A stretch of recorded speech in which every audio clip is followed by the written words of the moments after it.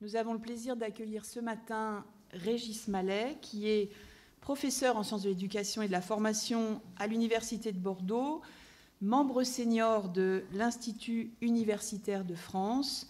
rédacteur en chef de la revue Éducation comparée, expert international, directeur du laboratoire LACES. Il a créé et co-anime le master bilingue formation de formateurs à l'international à l'Université de Bordeaux. Par ses recherches, il contribue à concilier plusieurs échelles d'approche des transformations des systèmes éducatifs et de formation, en intégrant des études locales dans des cadres plus généraux de l'analyse comparée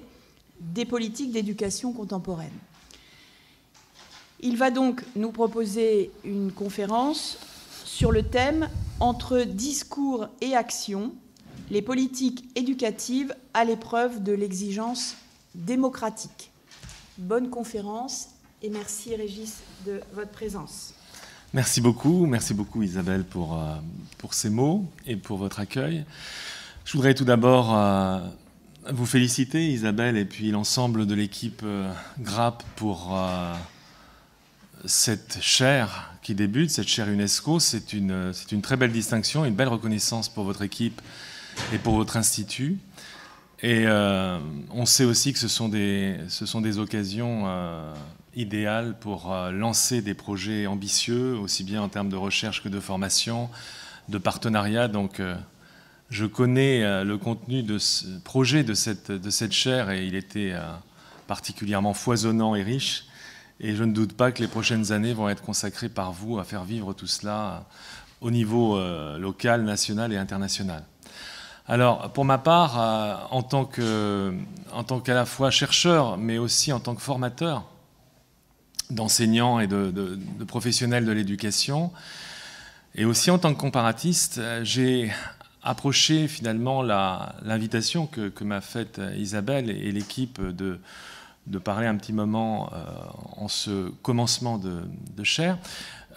pour essayer de proposer quelques pistes de réflexion et aussi quelques échos de recherche que nous avons menés et que nous menons au sein du LACES et au-delà sur la question de la formation d'enseignants dits inclusifs. Certains d'entre vous ont déjà d'ailleurs contribué à cette réflexion puisque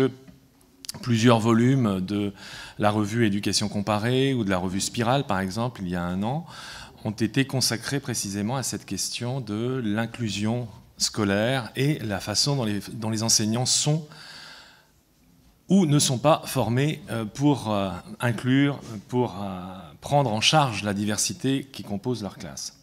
Et donc moi j'ai une approche plutôt politique de cela, ce qui ne veut pas dire, quand je dis politique, que c'est une approche surplombante, parce que, et c'est la thèse que je défendrai, il me semble que des enjeux comme celui de la relation, comme celui de l'inclusion, comme celui de l'espace professionnel et l'espace de la classe sont aussi des choses qu'on peut approcher sur un plan politique, au sens où ça a fait l'objet de choix, finalement, d'organisation du travail scolaire, d'organisation des curriculums. Et donc c'est sous cet angle-là, que je vais vous proposer d'aborder la question, à savoir de penser la question de l'inclusion comme objet politique. Alors, d'abord, la montée de ce qu'on a coutume d'appeler le paradigme. Vous voyez, c'est bon? Ah, moi je le vois très bien sur l'écran. Ah, ça tient aux couleurs. Alors les couleurs, je ne sais pas si on va pouvoir les changer en direct. Mais écoutez, je vais lire aussi distinctement que possible ce qui apparaît en blanc, qui est évidemment très peu lisible, pour vous dire simplement qu'il y a effectivement une montée du paradigme inclusif qui, on peut en faire l'hypothèse, tient surtout au fait que c'est quelque chose qui est très problématique dans l'espace scolaire. Je ne dirais pas complètement que ça fait défaut, mais c'est quelque chose qui n'occupe pas fondamentalement la formation des enseignants. Et cependant, on est de plus en plus dans un discours à la fois institutionnel et politique qui engage à cela. Alors je partirai, si vous voulez, pour débuter d'un certain nombre de constats. Un certain nombre de constats qui placent, comme vous le savez, l'école française parmi les écoles les plus inégalitaires du monde, au moins des pays du Nord, des pays de l'OCDE. c'est quand même pas rien que de voir un certain nombre de rapports internationaux, un certain nombre de rapports nationaux. Je pense par exemple au rapport du CNESCO, qui ont été produits il y a quelques années, quelques petites années, nous montrer à quel point finalement la France se caractérise ou se distingue, si on peut dire, par une incapacité véritablement à réguler positivement les inégalités de naissance. Et au contraire, en quelque sorte, à renforcer dans et par l'école les inégalités scolaires, sur fond d'inégalités sociales. Et au fond, les rapports qui se succèdent laissent entrevoir, c'est notamment une des thèses que développait Nathalie Mons à propos justement des rapports du CNESCO, l'idée selon laquelle il n'y a pas seulement une inégalité qu'on enregistre, mais une inégalité qu'on crée à travers une inégalité de traitement des élèves. C'est-à-dire les élèves les plus défavorisés,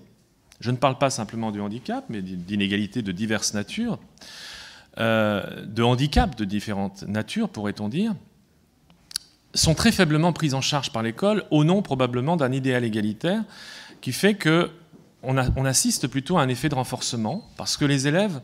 défavorisés cumulent un certain nombre de difficultés dans l'accès au savoir, à commencer par leur propre cantonnement, si j'ose dire, dans des espaces éducatifs qui ne sont pas facilitants. Parce que les marchés scolaires ont fait que les établissements les plus difficiles le sont de plus en plus, du fait des stratégies de fuite d'autres élèves. Et donc les conditions même d'apprentissage de certains élèves déjà défavorisés ne sont pas facilitées par des environnements éducatifs dont la spécificité, et c'est là que je voulais en venir, n'est qu'assez faiblement prise en compte par le politique. Bien sûr, on peut dire qu'on a des dispositifs de discrimination positive à travers l'éducation prioritaire, mais ça reste quelque chose de très marginal. Mais fondamentalement, le niveau d'encadrement, le travail éducatif lui-même, le fait que nous avons aussi dans certains établissements comme ceux auxquels je fais référence, un turnover des enseignants qui est beaucoup plus important, parce qu'on y nomme le plus souvent des enseignants jeunes, peu chevronnés, quand les enseignants chevronnés, eux, vont plutôt vers des établissements favorisés, ainsi sont conçues les carrières enseignantes. Tout cela concourt à renforcer les phénomènes d'inégalité. Ce qui me conduit à dire qu'au-delà de tout ce qu'on observe et qu'il faut quand même souligner positivement, à savoir un effort de l'école française à être plus accueillante, plus hospitalière, pourrait-on dire, à l'égard de tous les élèves, je ne dirais pas des élèves différents, et j'y viendrai ensuite, de tous les élèves, à travers un certain nombre d'indices que je ne rappellerai pas. Mais cette accessibilité de droit n'a de sens véritable, sauf à ce qu'on s'en contente, que si elle est accompagnée par effectivement des efforts d'accompagnement, des efforts de formation, des efforts de professionnalisation des personnels éducatifs, au sens large du terme, extensif, des acteurs éducatifs, y compris périphérique à l'environnement scolaire et néanmoins central dans les processus inclusifs, pour faire de cette accessibilité de droit une inclusion de fait. Mais pour cela, ça suppose déjà de s'interroger sur qui et à quoi on inclut. Peut-être l'un des travers, l'un des différends, si j'ose dire, avec un D de cette question, tient au fait qu'on pose l'altérité qu'on inclut en référence à un même projeté sur, finalement, les élèves ordinaires. Au fond, on a une norme éducative et une norme scolaire très puissante qui considère qu'il y a des élèves qui ont leur place par définition, quelle que soit leur singularité, parce que même si les élèves sont semblables, dissemblables, ils sont tous singuliers, y compris ceux qui ont leur place d'emblée dans l'institution scolaire. Et du coup, cette idée selon laquelle il y aurait des mêmes et puis un ou des autres est déjà en soi une manière de penser l'inclusion qui est, à certains égards, un peu distinctive, voire exclusive. C'est-à-dire que dès lors qu'on considère qu'il y a des élèves auxquels on consent une place dans un environnement dans lequel d'autres l'ont d'emblée, à ce moment-là, on pose la norme scolaire de manière très forte sans forcément le dire. Et on procède aussi, mais on le sait, vous le savez mieux que moi, aussi à une forme de stigmatisation qui n'est évidemment pas, qui ne concourt pas à une inclusion réelle. Et donc, ça nous oblige, parce que, évidemment, ce que j'évoque là est une manière de parler en creux de ce qu'est l'école française, qui fonctionne selon des vieilles catégories, mais qui ont été réactivées, notamment par Dominique Schnapper, à propos de la communauté des citoyens, de considérer que, au fond, il y a différentes manières de penser l'intégration des individus dans une communauté. Il y a une conception qui va être tropique, c'est-à-dire globalement, on parlera d'intégration à une communauté, c'est-à-dire une communauté qui préexiste et qui, à certains égards, est stabilisée dans le temps et qui traduit une forme ou une conception assez statique du commun, versus une approche systémique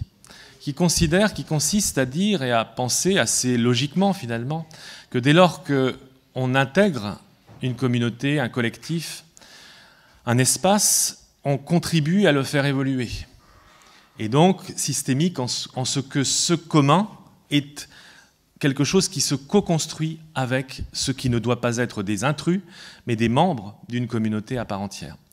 C'est ça qui est en jeu, me semble-t-il, principalement dans parfois ce qu'on observe en termes de déficit dans une certaine pensée molle ou incantatoire de l'inclusion scolaire en France, à savoir une approche qui reste un peu trop tropique et qui se mesure d'ailleurs souvent par, à l'intérieur même des murs de l'école et de l'espace scolaire, de l'aménagement d'espaces de spécialisation qui concourent à créer là aussi des espaces qui ne sont pas réellement inclusifs. Et cela tient aussi à quelque chose sur lequel je vais ensuite m'attarder, qui est un déficit de préparation, de formation des personnels d'éducation, de tous les personnels d'éducation, à l'accueil de la diversité, à l'accueil de singularité en éducation. Donc la question est évidemment politique. Vous comprenez bien que dès lors qu'on aborde le problème sous cet angle, on n'est pas simplement sur une approche technique ou une approche écologique d'un environnement, mais on est aussi en train d'interroger très fondamentalement la place qu'une société fait à chacun, dès lors que même elle s'appelle inclusive. Pour autant, une partie des chemins est sans doute fait, mais beaucoup reste à faire. Et donc, l'idée est de savoir comment on intègre chacun et pas simplement comment on accueille la différence, me semble-t-il. Ça renvoie à la fois à des enjeux éthiques, c'est-à-dire la conception, le rapport à l'altérité, justement, y compris l'altérité ordinaire, et des enjeux démocratiques, mais aussi, et c'est la raison pour laquelle la formation des enseignants ne doit pas être pensée de manière indifférente au savoir scolaire, au savoir de référence de l'éducation scolaire. Donc des enjeux curriculaires, des enjeux écologiques, au sens où l'école est un écosystème qui déborde d'ailleurs de ses murs, et c'est une bonne chose, mais jusqu'à un certain point, parce que là aussi, l'héritage de l'école républicaine dans ses fondements opère grandement dans une séparation symbolique entre le dedans et le dehors. On sait qu'on n'en est plus tout à fait là, mais que malgré tout, la promotion des alliances éducatives, l'idée de médiation entre le dedans et le dehors, qui permettent notamment à des acteurs essentiels que sont les parents d'être intégrés dans l'œuvre éducative, est quelque chose qui est encore à construire. Et donc, il me semble que la question est à la fois politique, et qu'elle pose précisément de manière un peu audacieuse la relation, qui paraît a priori quelque chose qui est coupé du champ politique, comme un objet politique, et un objet pragmatique aussi. Alors, donc, je disais effectivement que,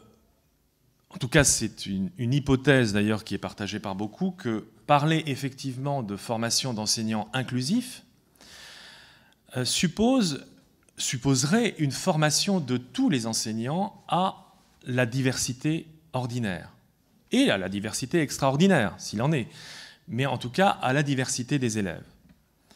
plutôt qu'une formation de quelques-uns à la différence ou à des différences clairement identifiées, etc. Pour cela, il me semble qu'il y a un obstacle encore, et c'est là que je veux en venir par rapport à cette question de relation comme objet politique, c'est précisément que la relation apparaît encore Et ce n'est pas un point de vue que j'aimais. Il suffit pour cela de consulter les curriculums de formation d'enseignants, d'observer même les contenus de formation pour mesurer que finalement la relation, qui paraît quand même un élément qui est au cœur de l'éducation, reste un objet de formation qui est quasiment tu, qui est quasiment absent, qui est réduit au mieux, et c'est déjà une bonne chose, à la relation didactique, c'est-à-dire au fond, qu'est-ce que ça veut dire? Qu'on envisage l'enfant en référence à l'élève, à l'apprenant. C'est-à-dire qu'on est déjà dans un découpage de l'expérience vive qu'on a en face de nous à travers une condition, un statut qui est celui d'élève. L'élève est toujours invité en quelque sorte dans l'école française à laisser l'enfant au vestiaire, ou tout au moins l'enfant lui-même n'est pas exactement mobilisé dans la tâche et c'est toujours de l'élève dont on parle. C'est déjà une chose, notez, que l'élève lui-même soit pris en compte à travers l'investissement de la relation didactique. Mais pour le reste, pour ce qui est de la relation dans sa dimension de mobilisation aussi de sentiments, d'émotions, de régulation aussi de ce qu'est une interaction humaine, et pas seulement le travail avec un groupe, on peut considérer qu'on en est loin. Et cette réflexion m'a été inspirée notamment par une... J'ai fait quelques jurys de thèse cette année, dont un qui date d'il y a 2 jours, à Lille, de Marie Andries, sur précisément l'éducation des jeunes enfants. Et la façon dont la relation a été placée assez logiquement comme au cœur de l'identité des professionnels de la jeune enfance et de leur formation même, par ceux qui les accompagnent dans leur entrée dans le métier et dans leur formation continue, pourrait-on dire, est quelque chose qui a tendu, en tout cas pour moi, un miroir assez cruel à ce que n'est pas précisément la formation des enseignants, dans lequel la relation est absente au profit, finalement, de ce qui a été posé comme l'horizon d'émancipation de l'individu, à savoir le savoir. Seulement, qu'est-ce que le savoir sans la relation? Le savoir ne peut pas être en soi, de manière magique, quelque chose qui ouvre l'individu à son humanité, qui va contribuer à son émancipation. Pour cela, ça suppose en effet d'accepter d'entrer en relation. Et c'est quelque chose qui est effectivement assez préoccupant, de considérer que nous sommes dans une école dans laquelle les enseignants sont continuellement enjoints à être inclusifs, à être bienveillants, à défendre et à promouvoir des valeurs, mais que, au fond, sur un plan très pragmatique, mais aussi qui est politique, celui de créer les conditions pour que cela ait lieu et soit rendu possible, ne sont pas véritablement formés, que ce soit au niveau de la formation initiale ou de leur développement professionnel, dans le développement de compétences à entrer en relation, ce qu'ils font bien entendu. La relation, ils ne la nient pas, elle fait partie de leur métier, mais ils l'éprouvent, ils en font les preuves. Ils ne sont pas véritablement accompagnés, soutenus en cela, tout simplement parce que, et j'y viendrai ensuite, les enjeux de temporalité, de disponibilité même, pour créer les conditions d'une formation au long cours à cela, font défaut. Et c'est pourquoi je reprends cette formule de Marie Andries dans sa thèse, qui est qu'effectivement, lorsque l'éducation inclusive prend la forme d'une injonction paradoxale, à ce moment-là, effectivement, elle crée de la souffrance pour le professionnel, et on passe à côté de tout le potentiel créatif, imaginatif et collectif que permet, en tout cas dans les termes, l'idée d'éducation inclusive. C'est la raison pour laquelle la question des savoirs, la question des curriculums doit être au cœur d'une réflexion sur l'inclusion. Il me semble qu'on aurait tort de vouloir séparer ce que parfois on a tendance à faire, y compris de manière assez mécanique en formation d'enseignants, c'est que ce qui relève de la formation à des savoirs à enseigner et pour enseigner, à d'autres types de savoirs qui seraient professionnels ou qui renverraient finalement à des enjeux de ce type, c'est-à-dire éducation inclusive, question du genre, etc. Or, vous savez probablement que dans les maquettes de formation des enseignants, la dimension disciplinaire et didactique est importante, et c'est bien qu'elle le soit, mais qu'on a en quelque sorte une espèce d'espace commun à tout ce qui relève vraiment de l'essence du métier, et notamment sa dimension professionnelle, inclusion, etc. Souvent d'ailleurs, et j'y viendrai ensuite, penser sur un mode, selon des modalités de formation qui restent trop magistrales pour qu'elles soient véritablement formatives et transformatives par rapport à une pratique. Alors du coup, ce sur quoi on travaille en ce moment, c'est précisément de passer de ce que j'évoquais tout à l'heure en évoquant, en parlant de l'accessibilité de droit versus inclusion de fait, c'est-à-dire passer sans négliger l'étape du passage, pourquoi je parle du discours à l'action, du registre axiologique, hein, c'est-à-dire le registre des valeurs, le registre juridique qui renvoie à des enjeux effectivement de droit à l'éducation, à l'accessibilité, qui renvoie aussi à des enjeux civils, à un registre d'action, un registre pragmatique et du coup effectivement expérientiel et relationnel. Alors pour cela,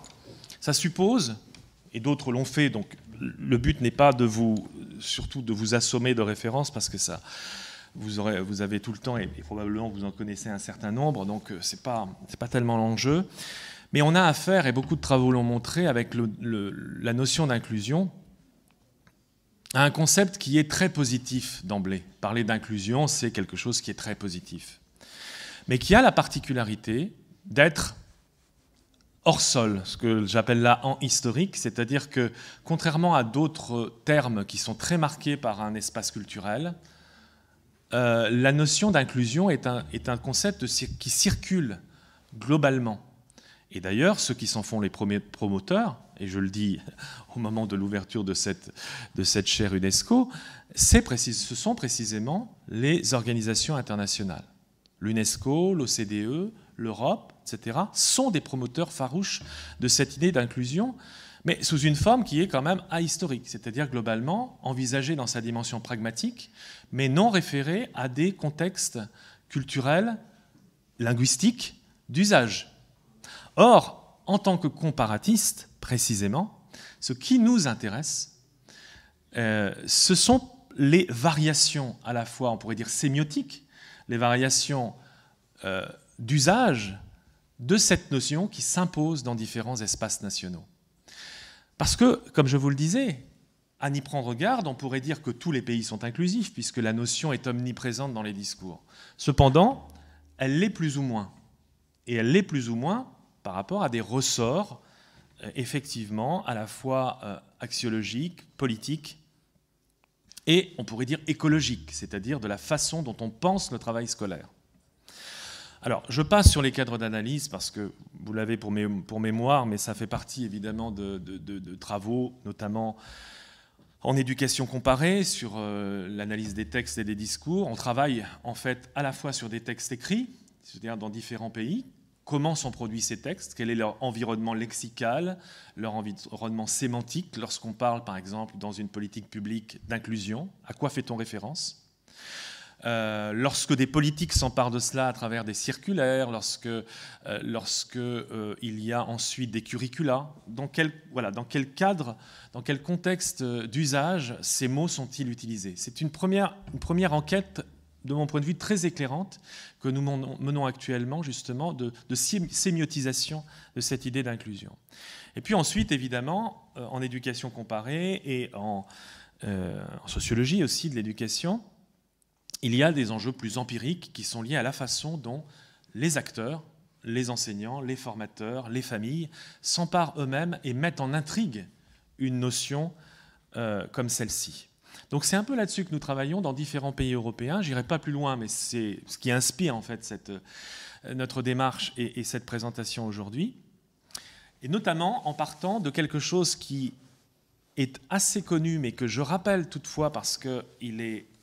ce sont des grilles de lecture qui permettent de saisir aussi la spécificité de notre modèle éducatif. C'est ce que certains sociologues ont appelé des régimes de justification, mais qu'on pourrait appeler aussi bien des conventions narratives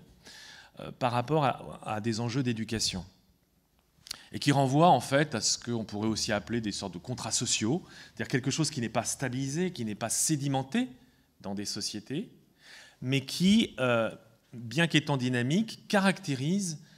une certaine idée de ce que éduquer et notamment scolariser veut dire. Et là-dessus, un certain nombre d'auteurs que je ne citerai pas, mais et nous-mêmes avons contribué donc à repérer un certain nombre de familles de conventions,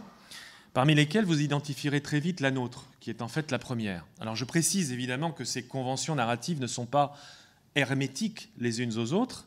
Elles sont, comme on dit, et pardonnez-moi le mot un peu barbare, mais idéales typiques, c'est-à-dire qu'elles sont, disons, des configurations sociétales qui, bien que poreuses, néanmoins qualifient des dominantes, on va dire, dans un espace. Et donc la convention narrative est celle, évidemment, qui caractérise la France. Donc j'insisterai pas beaucoup là-dessus parce que cette idée de méritocratie renvoie à tout ce qu'on a évoqué précédemment, c'est-à-dire une forte centration sur les savoirs et les performances individuelles des élèves précisément dans leur carrière scolaire, c'est-à-dire l'idée qu'au fond, chacun a les mêmes chances sur la base d'un programme d'éducation qui est le même pour tous. C'est ce qui explique notamment le fait que nous sommes très attachés à l'idée de tronc commun, là où d'autres ne le sont pas, d'autres pays ne le sont pas, considérant que l'œuvre démocratique de l'éducation, c'est d'offrir à tous, de manière égalitaire, les mêmes chances. C'est ce qui produit donc le fameux thème de l'égalité des chances. Lui-même, tout à fait évidemment généreux en idées, mais critiquable en actes, comme un certain nombre d'auteurs l'ont fait. Je pense par exemple à Marie Durubella dans un petit ouvrage qui s'appelait « Le mérite contre la justice ». Et donc, il y a dans cette idée de méritocratie l'idée qu'au fond, chacun ayant ses chances et pouvant s'appuyer à la fois sur l'accessibilité précisément à ces savoirs par le biais de personnels d'éducation eux-mêmes formés sur un plan national, selon des canons, etc., eh bien, on crée au fond une égalité dans l'accès à l'éducation. C'est donc, vous en conviendrez, un modèle de convention qui n'est pas d'emblée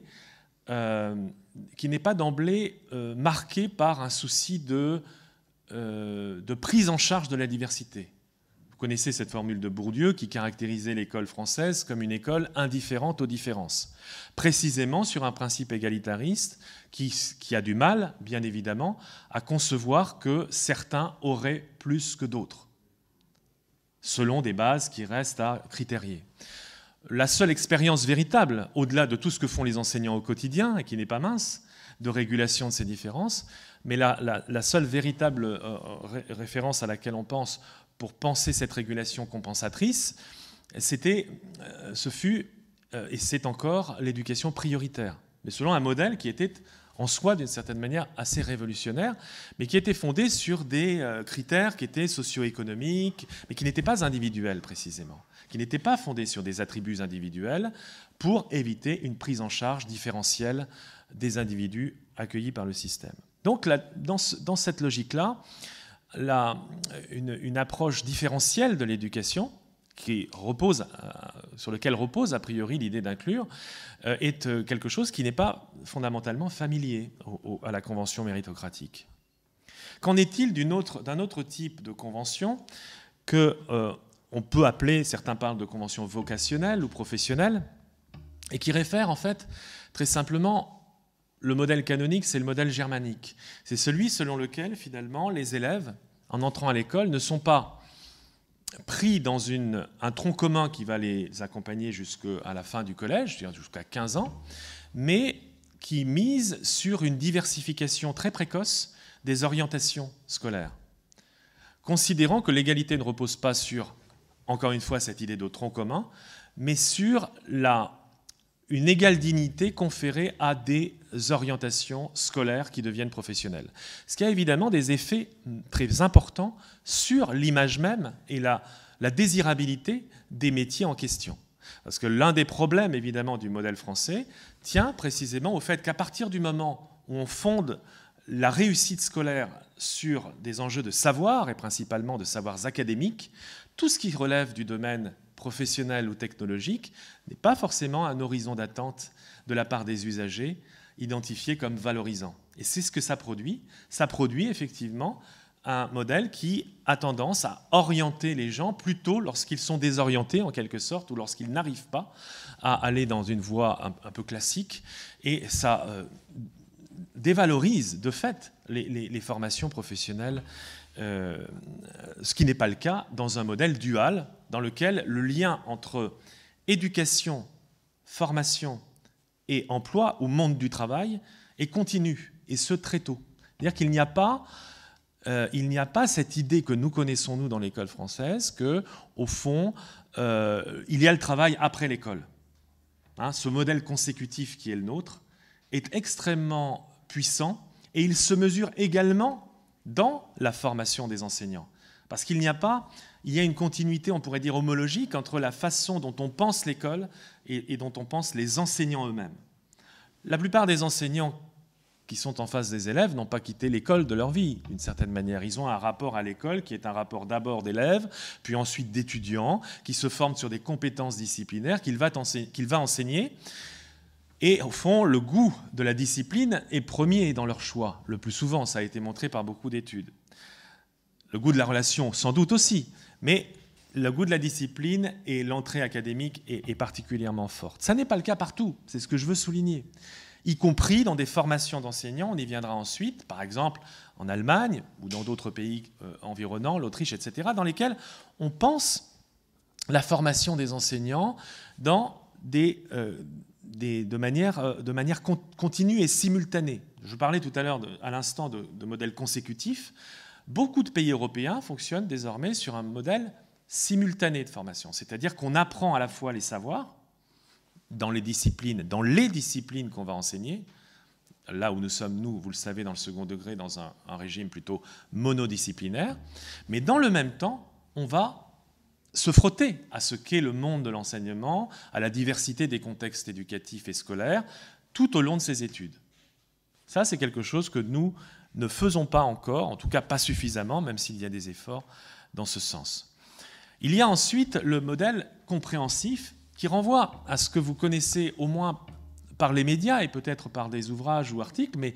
tout ce qui renvoie à l'éducation scandinave, c'est-à-dire cette idée non plus d'un tronc commun, mais d'une école unique. Alors ce qui est intéressant dans ce modèle, et qui est aussi un facteur par contraste assez explicatif de certaines difficultés de notre propre modèle, c'est le fait qu'on a un corps professoral unique.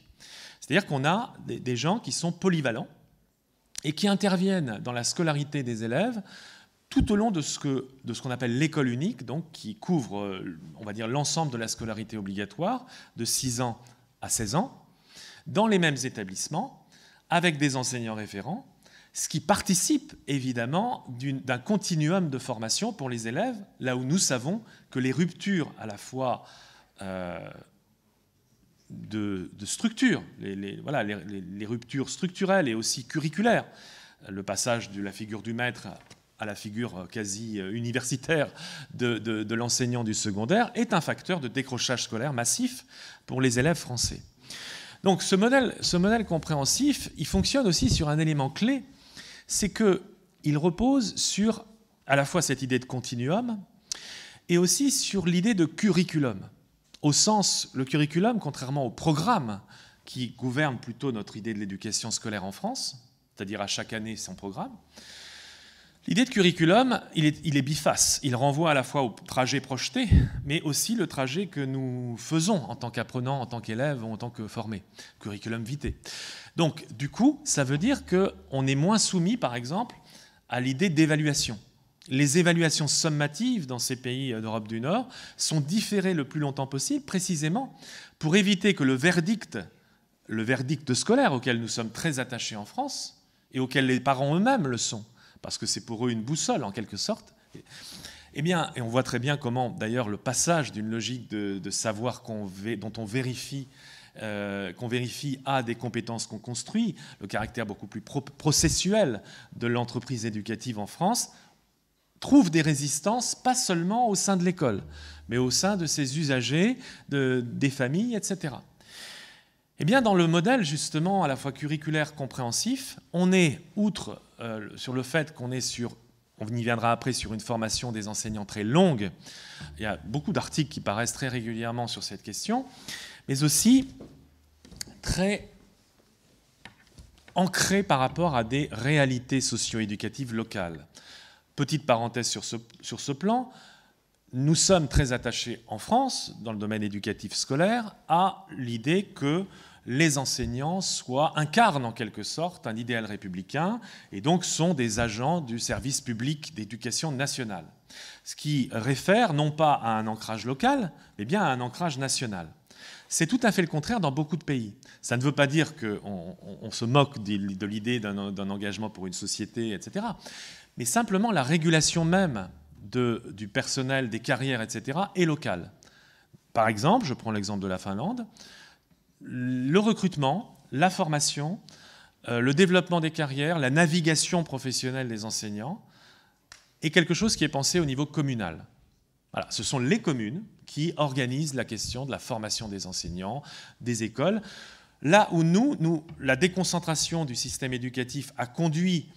certainement à une prise en charge plus locale d'enjeux éducatifs, mais pas sur les éléments les plus fondamentaux, les plus régaliens. C'est-à-dire globalement, sur la question des savoirs, sur la question du recrutement, on reste sur une approche nationale. Par contre, pour ce qui est locaux, etc., on est sur des choses qui peuvent être gérées localement. Ce n'est pas le cas dans beaucoup de pays. Ce n'est pas le cas, je parlais de l'Allemagne, les États,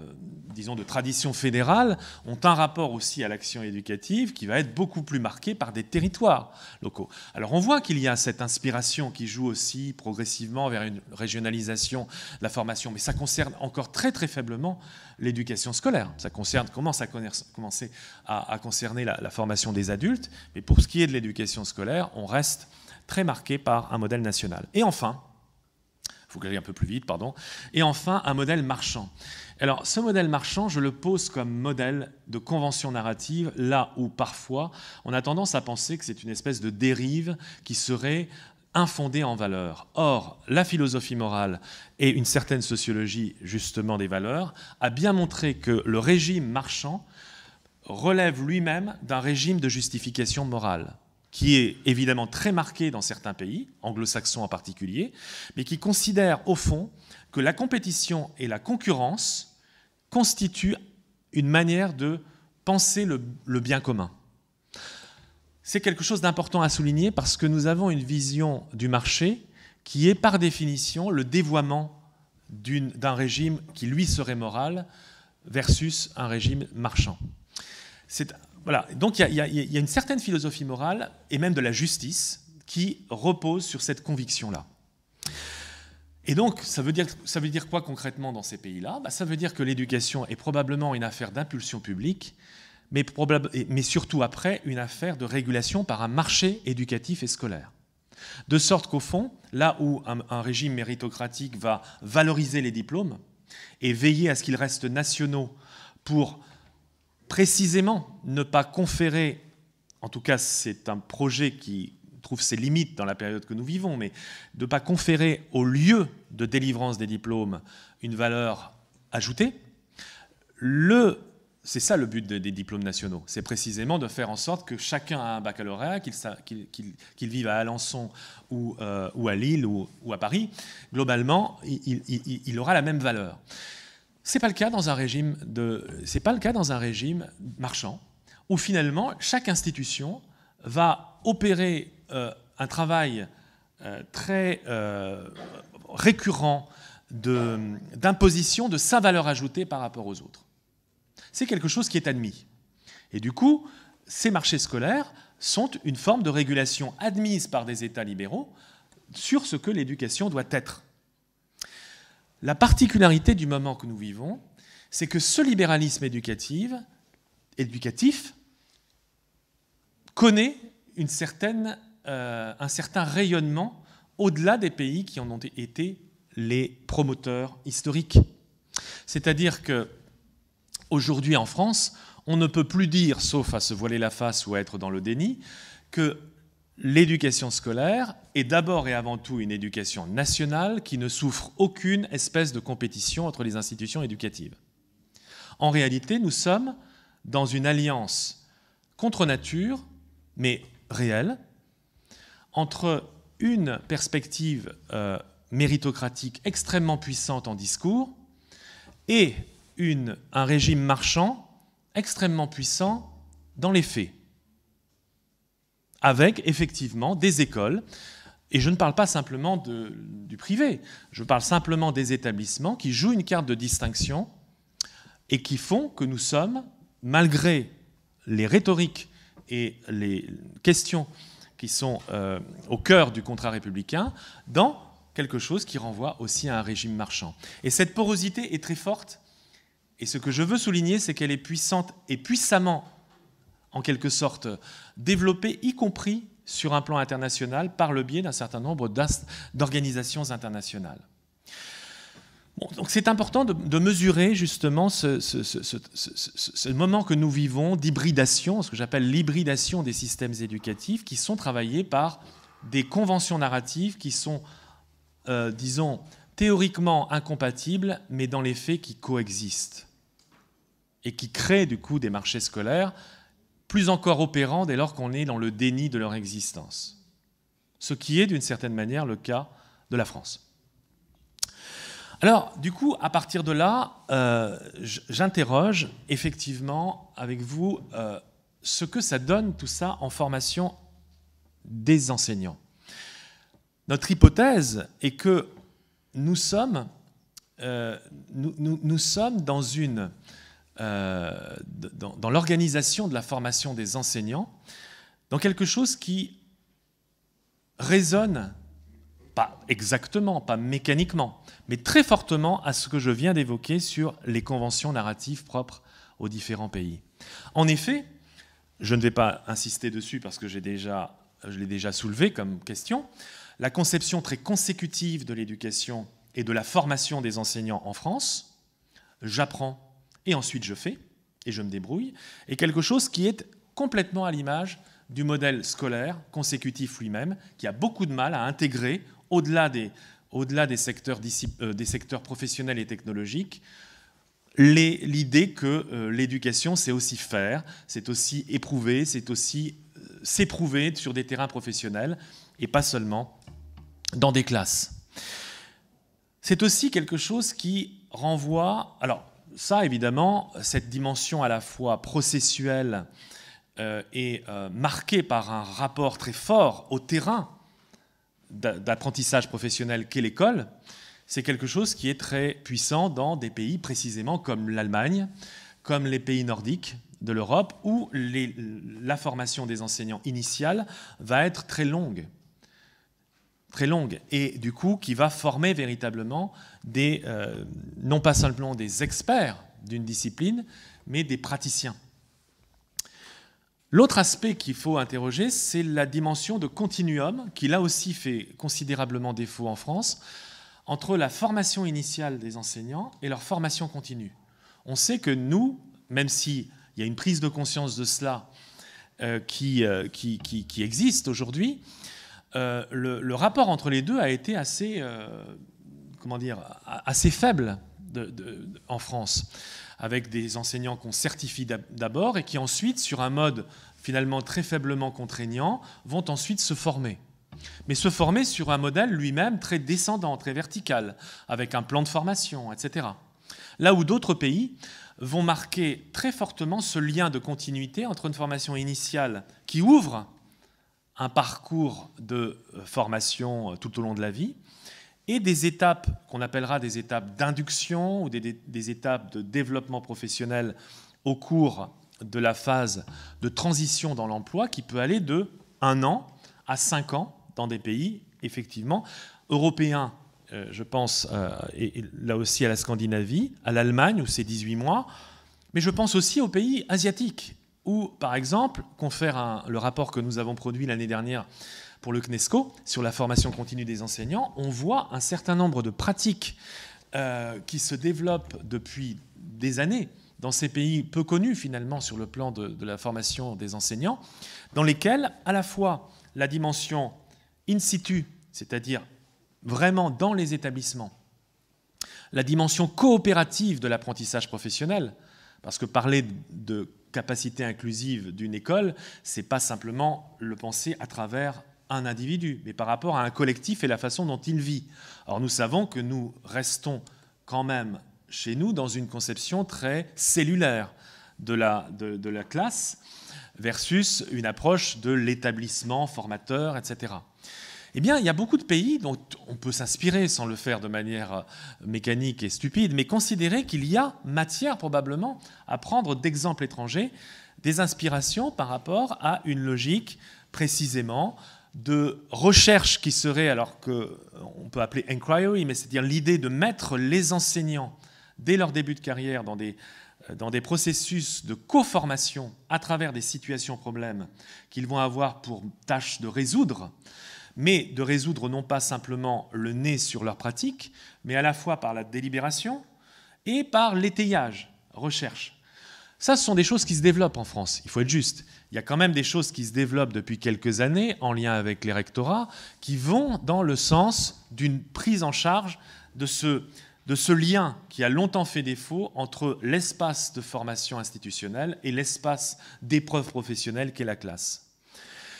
Donc, il y a vraiment beaucoup d'enjeux qui renvoient précisément à la capacité que, par la formation, on a de créer des collectifs potentiellement inclusifs, mais inclusifs au sens où eux-mêmes vont trouver leur place. Parce que pour inclure, il faut d'abord avoir et saisir sa place dans une institution. Or, l'un des problèmes, ou l'une des problématiques auxquelles l'école française parfois se heurte, c'est le fait que les enseignants n'ont pas choisi, par exemple, le lieu où ils sont, et qu'ils y sont parfois pour un temps très court. J'évoquais le cas de l'éducation prioritaire, qui accueille des jeunes, etc. Bon, il y a dans la conception même des carrières enseignants quelque chose qui est contradictoire presque de fait par rapport à l'idée d'une école qui serait inclusive, là où des individus, des enseignants eux-mêmes ne vont qu'y passer. Ou ne vont qu'y passer même, je dirais, sur le plan de l'exercice de leur activité. C'est-à-dire un certain rapport au métier qui reste, comme je le disais, centré sur sa discipline et sur sa classe. Bref, faire de l'école, effectivement, des communautés d'apprentissage, créer les conditions d'activité qui soient mobilisatrices des individus au profit d'un commun, d'un bien commun, qui est celui d'un établissement, c'est quelque chose sur lequel beaucoup de pays ont avancé et sur lequel nous-mêmes nous commençons à le faire, mais d'une manière encore pour l'instant timide. Évidemment, il y a des risques qu'il faut aussi anticiper par rapport à cela, notamment le fait qu'à un moment donné, l'organisation scolaire devienne simplement le cadre très local de construction d'expertise qui vont avoir du mal à être transférées. Donc penser la transférabilité des compétences construites est aussi une précaution très importante pour créer des véritables professionnels et pas simplement des individus adaptés à un environnement précis. D'où l'importance de créer du lien entre les lieux d'apprentissage professionnel et d'exercice professionnel et des lieux de formation à travers des figures, on va dire, d'accompagnement qui peuvent être des figures de recherche, de formation un peu plus distanciées, et aussi de fonctionner selon un mode de promotion de ces expertises sur le terrain. Vous savez que l'école française se caractérise aussi par une forme de difficulté à la distinction. C'est-à-dire que vous êtes enseignant, et donc à partir de là, il ne faut pas qu'il y ait une tête qui dépasse, sauf à ce que vous fassiez le choix de changer carrément de voie, de passer un concours, etc. Mais toute forme de distinction est vécue comme un renoncement à, toujours la même chose, à un principe égalitaire sur un plan statutaire. Eh bien, il serait sans doute bon de s'interroger sur les vertus qu'à un moment donné, comme c'est le cas par exemple, y compris dans le supérieur, on peut avoir à créer les conditions d'une reconnaissance d'expertise qui, comme en Allemagne par exemple, comme en Norvège ou en Finlande, crée les conditions en Angleterre aussi, à travers ce qu'on appelle les Advanced Skill Teachers, c'est-à-dire des enseignants experts, c'est-à-dire l'idée que ces enseignants bénéficient d'une mission de formation sur le terrain et qu'ils aient en quelque sorte une sorte de décharge ou de mission d'accompagnement de leurs pairs à travers des dispositifs de formation qu'il a été convenu dans certains pays d'appeler en cascade. C'est-à-dire plutôt que de penser qu'il y a la bonne parole qui doit présider ou que chacun se débrouille, on crée les conditions pour que le partage, la capitalisation d'expérience il soit créé à partir d'elle et penser les conditions de son appropriation par d'autres et par une communauté d'apprentissage. Donc il y a énormément de choses sur ces questions qui concourent en effet possiblement à faire de l'école autre chose, l'école inclusive, autre chose qu'un slogan. Alors, pour conclure, je dirais qu'il y a, parce qu'évidemment, ça renvoie à des travaux, et on n'a pas le temps dans ce type de format de rentrer vraiment dans les détails, mais je vous engagerai évidemment à aller consulter un certain nombre de ces travaux, que ce soit les rapports du CNESCO que nous avons fait, celui d'Olivier Molini, celui de Claude Lissard, ou le nôtre que nous avons fait avec l'équipe du LACES l'année dernière sur précisément le développement professionnel des enseignants, mais aussi tout ce qui a été produit autour de ce que j'évoquais précédemment sur l'inclusion en éducation dans Éducation comparée ou d'autres revues, et qui résonne beaucoup d'ailleurs à ce que vous faites dans votre revue, il me semble qu'il y a une alliance aussi là, objective d'intérêt qui est tout à fait intéressante. Et donc on a affaire effectivement à un processus en cours. Je paraphrase, je reprends là le sous-titre de l'ouvrage de ma collègue Magdalena Coudias pour dire qu'effectivement, l'inclusion n'est pas quelque chose qui doit être pensé de manière statique. Genre, on a inclus. C'est pas un terme qui devrait se penser au passé composé. Ça devrait être quelque chose de continu. Sinon, en effet, on s'expose à ce que j'évoquais en introduction, c'est-à-dire une conception tropique de l'inclusion, c'est-à-dire on a fait le chemin dès lors qu'on a créé les conditions pour. Non, ces conditions, elles sont à repenser, elles sont à travailler collectivement, et donc c'est un processus, effectivement, qui engage sur du temps long, et qui appelle aussi, accessoirement, des dispositifs d'évaluation. Parce qu'encore une fois, le problème de scander finalement l'action éducative sur des mots d'ordre, c'est que ça met parfois à l'abri de l'évaluation réelle de ce que ça produit, ces écoles de la bienveillance, ces écoles de l'inclusion, etc. Donc ça, ce sont des éléments importants. Et ça renvoie, et là, je dirais d'une manière très concrète, et c'est ce sur quoi on travaille vraiment en ce moment avec mon équipe, c'est les doctorants, etc., c'est les enjeux d'orientation des moyens. C'est-à-dire, au-delà de l'idée effectivement d'inclure, quels sont les moyens qui sont donnés, et vous voyez bien que l'enjeu est à la fois politique, mais aussi évidemment pragmatique, en termes de dispositifs. Ils sont d'ordre curriculaire, c'est-à-dire à la fois la question des savoirs de référence. On ne peut pas séparer la question de l'inclusion de la question des curriculums. Parce que tout simplement, on sait que la séparation des savoirs, qui reste une séparation historique qui a du sens, concourt d'une certaine manière avec des phénomènes d'exclusion, en particulier dans le second degré. Donc la question des savoirs de référence, de leur articulation pour que les choses fassent sens et pour que soit pensée leur accessibilité, y compris dans leur visée transformative et pas seulement émancipatrice et civilisationnelle, est quelque chose de très important. De ce point de vue-là, il faut reconnaître qu'il y a des gens, des choses qui existent, qui vont dans un sens probablement tout à fait intéressant. Je pense au développement des éducations A. L'éducation, précisément, a des enjeux aux nouvelles technologies, l'éducation à la santé, l'éducation à la citoyenneté. Sauf que ça suppose de réfléchir aux modalités de mise en œuvre de ces curricula et que ce ne soit pas seulement l'affaire du spécialiste de service sur ces questions. Vous voyez, le problème, le gros problème est toujours celui de la spécialisation, là où il faut que si on considère que les choses sont essentielles, à ce moment-là, elles concernent l'ensemble de la profession et pas seulement ceux qui vont être désignés pour mettre en œuvre ce projet. Comme c'est le cas, par exemple, pour les professeurs d'histoire-géographie par rapport à des enjeux de citoyenneté, ou le professeur documentaliste par rapport aux nouvelles technologies. Tout cela appelle de réfléchir sur la façon dont les savoirs sont, doivent être pensés solidairement, de manière, par exemple, à ce que l'esprit critique ne soit pas cantonné à une discipline. Parce qu'on peut très bien imaginer, effectivement, qu'il y ait une éducation à l'esprit critique dans toutes les disciplines. Une éducation à la citoyenneté, il peut y en avoir aussi bien en EPS qu'en lettres, qu'en langue,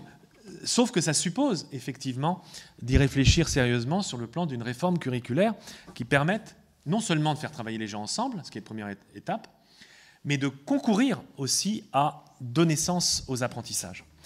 C'est une évidence, je l'ai déjà dit, mais pour vraiment se former et pour vraiment s'engager dans un processus de développement professionnel, ça suppose du temps.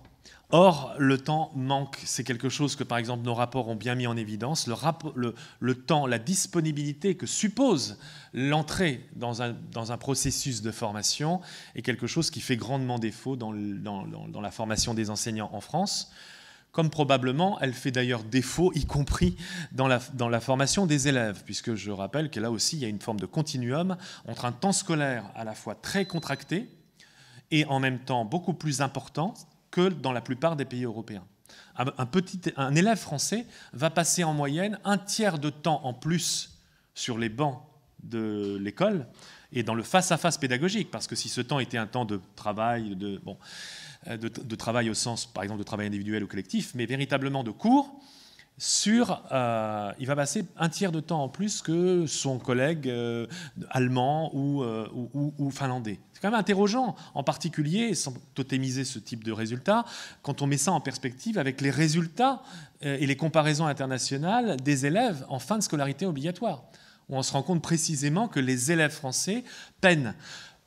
Et en peine en particulier face à la tâche, parce que dans des systèmes éducatifs dans lesquels les programmes prime sur le curriculum, le rapport à la performance de l'évaluation est anxiogène. Je voulais finir là-dessus, mais je manquerai probablement de temps parce qu'il y a beaucoup de chiffres aussi qui sont intéressants, en particulier par rapport à des enjeux de bien-être. Le bien-être à l'école est quand même quelque chose qui n'est pas là non plus qu'un slogan, mais qu'il faut considérer dans tout ce qui actuellement fait défaut et dans l'école française, et qui ne doit pas reposer simplement sur ceux qui représentent cette école. Il ne s'agit pas simplement de dire aux parents « soyez bienveillants ». Mais ça suppose tout un environnement à la fois écologique, organisationnel, du travail scolaire, mais aussi curriculaire, la manière dont sont pensés les savoirs. Parce que le programme, on peut le finir, mais certains élèves ne l'ont pas commencé. Donc il faut, à un moment donné, s'interroger sur les choix qui sont faits et qui sont effectivement des choix politiques,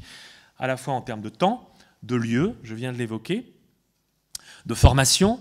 en résistant entre normativité, qui est évidemment assez funeste, de dire aux gens ce qu'ils doivent faire et de les évaluer par rapport à des critères très standardisés. Donc ça suppose de trouver un juste milieu entre normativité, parce qu'il en faut néanmoins, et autonomie, de manière à ce qu'il y ait du processus de formation et d'autorisation.